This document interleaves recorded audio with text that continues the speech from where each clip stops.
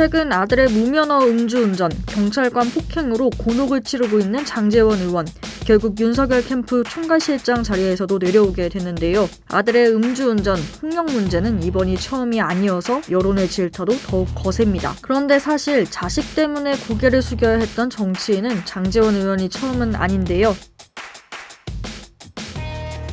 현재도 정치활동을 활발히 하고 있는 정청래 더불어민주당 의원은 삼선의 거침없는 발언으로 여권 대표 공격수라고도 불리는데요. 그런 그의 셋째 아들이 또래 여학생을 성추행해 문제를 일으킨 적이 있습니다. 2017년에 알려진 이 사실의 구체적인 내용은 정 의원의 셋째 아들이 중학교 1학년일 때 같은 학교 여학생의 신체를 만지며 성추행했고 이후엔 피해자에게 성희롱 메시지까지 보냈다는 건데요. 이후 정청래 의원은 사실을 인정하고 자신의 페이스북에 사과의 글을 남겼습니다.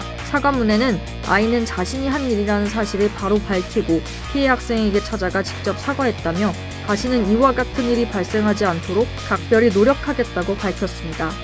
지금은 사업가로 변신한 남경필 전 경기도지사, 5선의 경기도지사까지 화려한 정치 경력을 가지고 있었지만 역시 아들 문제가 큰 논란이 됐었습니다. 2014년 당시 장남이 군 복무 중 후임을 폭행하고 성추행하는 등 가혹행위를 한 사실이 밝혀진 건데요.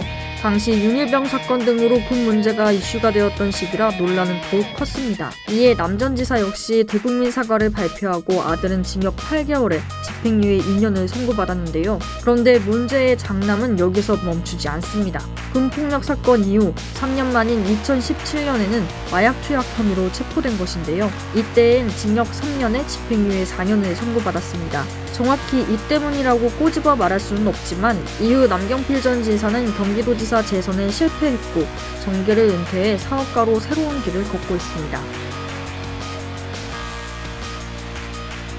자식으로 인한 정치적 타격하면 가장 잘 알려진 사례는 정몽준 현 아산재단 이사장입니다. 현대가 출신 유력 정치인이었던 정몽준 이사장은 아들의 논란으로 인해 서울시장에서 낙선한 것이 유명한데요. 2014년 당시 서울시장에 출마한 정몽준 후보의 막내 아들은 선거 2개월을 앞둔 시점에 자신의 페이스북에 글 하나를 남깁니다. 바로 세월호 유족들을 대상으로 국민이 미개하니까 국가도 미개하다는 발언이었습니다. 이 글이 논란을 불러일으키며 세월호 유가족 측에게는 명예훼손으로 고소를 당했고 정몽준 당시 후보는 직접 유가족들을 찾아 사과를 했는데요. 걷잡을 수 없는 논란에 정몽준 당시 후보는 후보 수락연설에서 결국 눈물을 흘리며 자식 잃은 부모의 입장을 이해하지 못한 아들의 불찰이었다고 국민에게 사죄하기도 했습니다. 하지만 이 사건이 지지율을 떨어뜨리는 데 일조하면서 결국 서울시장 선거에서 박원순 전 시장에게 패배하게 됩니다. 이처럼 자식 때문에 고역을 치른 정치인들은 꽤 많이 발견할 수 있는데요. 수신제가 치국 평천하라는 옛말은 지금도 유효하지 않을까요?